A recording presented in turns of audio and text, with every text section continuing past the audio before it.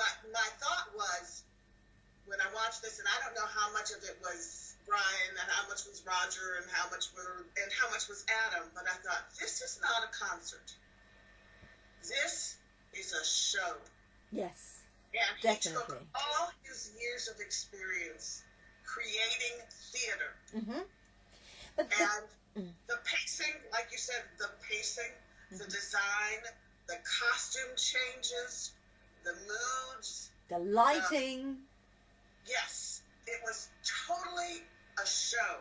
Mm-hmm. And it was very choreographed. You know, Brian likes to brag that, oh, it's all live and it's all dangerous. Well, yeah, it is, but it's also, they hit their marks. They know exactly where the light is going to be here and here and here. And it was so precise.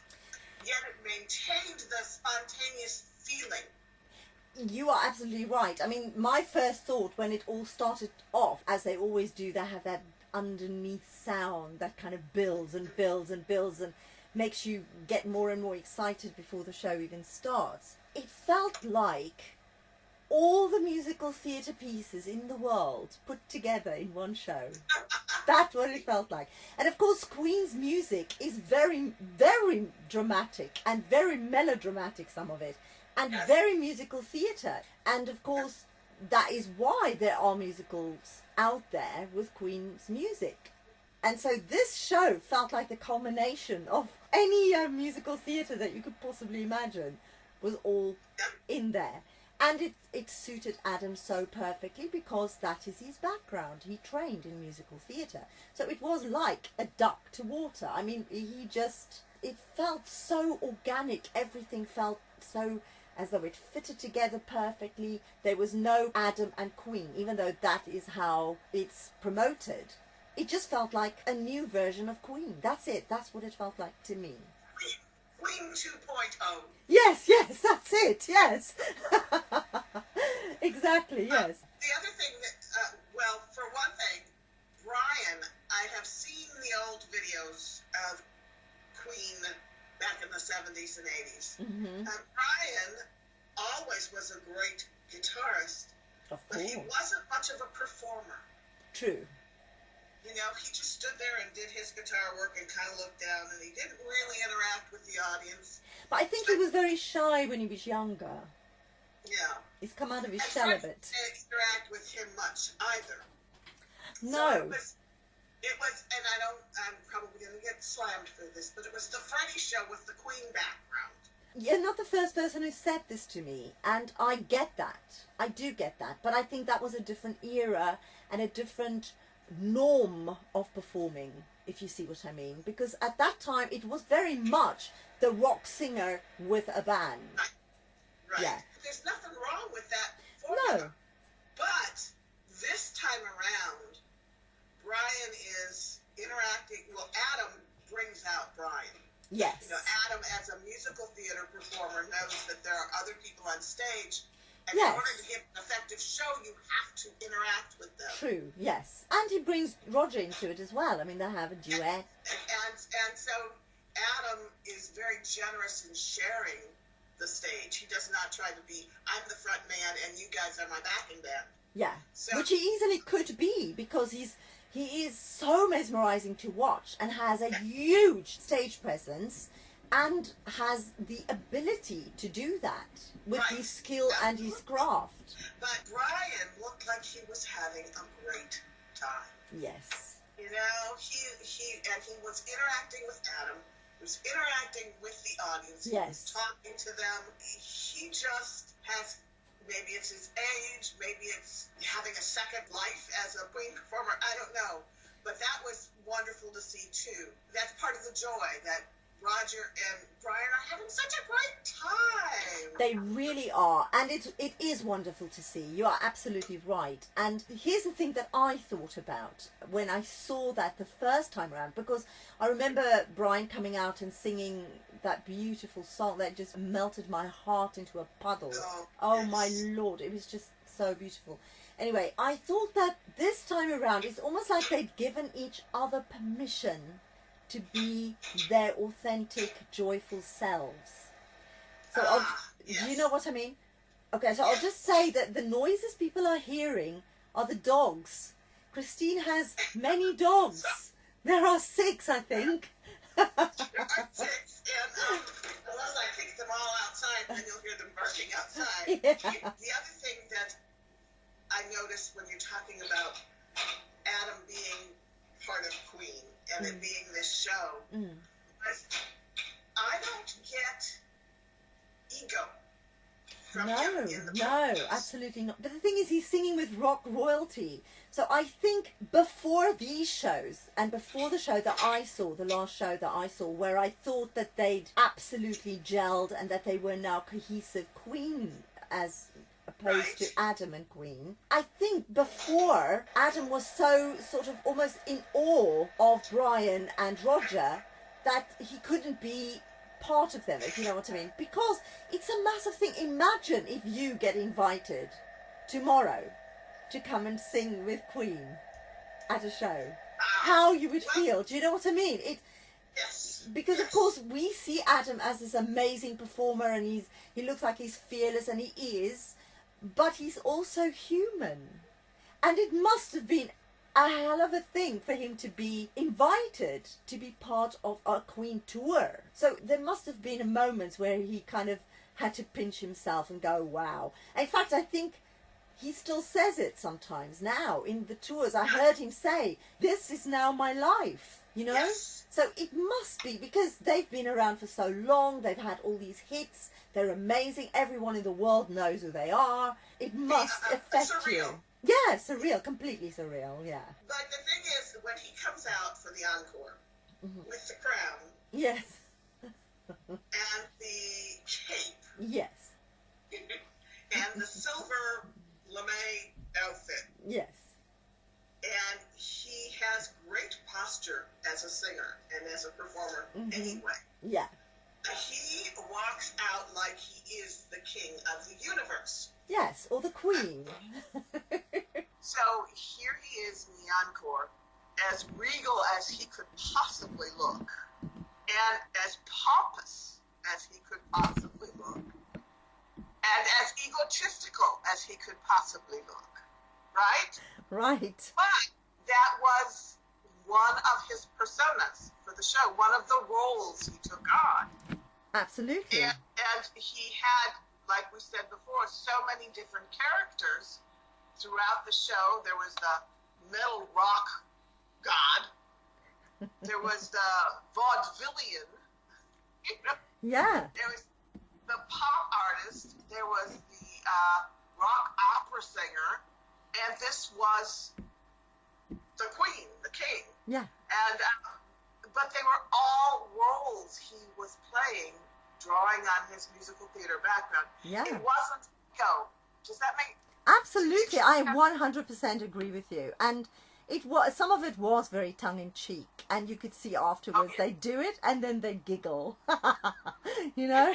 So they were, it was clear that it was, you know, it was a bit of tongue-in-cheek. And it, as you said, very joyful, very fun, and yet extremely professional, very polished performance, you know? Yes. But one thing I'd like to add is that a number of years ago, I spoke about the idea of Adam lining up with who he really is.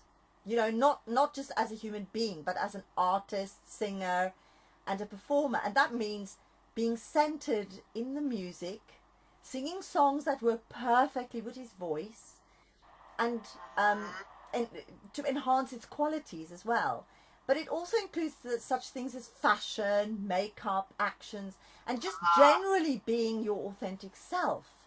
And I always knew that Adam would one day come to that place that he was searching for, I felt, because all artists do that.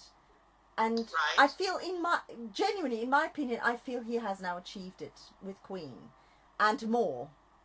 Interesting. For sure, because he's no longer hiding, I think. I felt a little bit that he was hiding before. Now, I'm probably going to get lampooned for that. But, you know, the clothes he's wearing on this particular tour was amazing. The makeup, everything was just so Adam. The Adam that we got to know on his own first solo tour, which was called the Glam Nation Tour. That was the first time I saw what I thought was the real Adam. And it was also very musical theatre and tongue-in-cheek and joyful and although very choreographed, very polished still, you know, and a bit raw because he was new and stuff like that. But having him line up like this with Queen is what makes him look even more confident than he normally does, I think. And it makes me excited for his next work because he's grown. You can't go back. You know, once you've done a show like this with Queen, you've moved forward within yourself on every level. You can't suddenly go back and be something different. Does that make sense?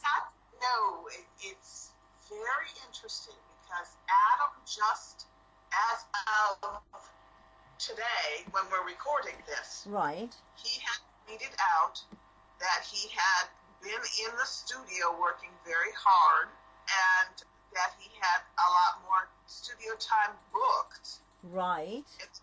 Until he had to go to Australia and New Zealand with Queen. Right. That everything was simmering. It was on low heat and it was simmering. And the fans were like, wait a minute, you're supposed to be done with your solo recording that you're making. You've been working on it for 2 years. A year and a half ago, you said you were almost done. What's this about being back in the studio and yes, and stuff?